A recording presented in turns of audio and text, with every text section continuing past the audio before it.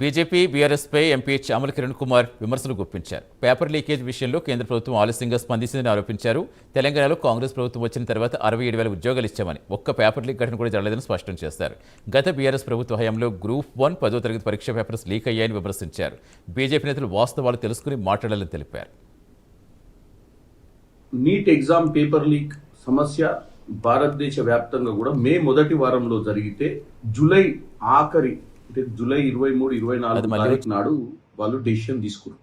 ధర్మేంద్ర ప్రధాన్ గారిని రాజీనామా చేయించి రాహుల్ గాంధీ గారి ఎన్నో సార్లు లోక్సభలో అవకాశం ఇవ్వాలి, మాట్లాడాలి, దీనికి జవాబుదారు ఎవరు అని అడిగితే ఎప్పుడు అవకాశం ఇవ్వని పరిస్థితి.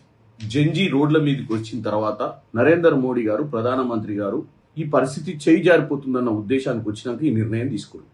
దీన్ని సమర్థించుకోవడానికి బీజేపీ నాయకులు, ముఖ్యంగా తెలంగాణ బీజేపీ నాయకులు, ఎందుకంటే ఢిల్లీలో ఎవరికి తెలియదు కదా ఏం జరుగుతుందో వాస్తవం అని, ఢిల్లీలో ఎవరు చెప్పే వాళ్ళు ఉండరు కదా అని చెప్పి నిన్న డిబేట్లు కూడా పెడుతున్నారు టీవీలలో. ఏమని?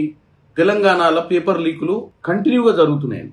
తెలంగాణ ప్రజలకు తెలుసు వాస్తవం. నేను ఒకటే చెప్పదలుచుకున్నా, తెలంగాణలో కాంగ్రెస్ పార్టీ వచ్చిన తర్వాత పేపర్ లీకులు జరిగినాయా లేదా అనేది ఒక పార్లమెంట్ సభ్యునిగా నేను చెప్పాల్సిన అవసరం లేదు. తెలంగాణ వచ్చిన తర్వాత గ్రూప్ 1, గ్రూప్ 2, గ్రూప్ 3, గ్రూప్ 4 పరీక్షలు టీజీపీఎస్సీని ప్రక్షాళన చేసి 67,000 మందికి ఉద్యోగాలు.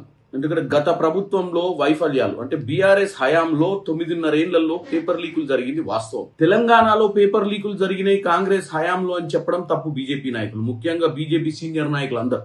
Paper leak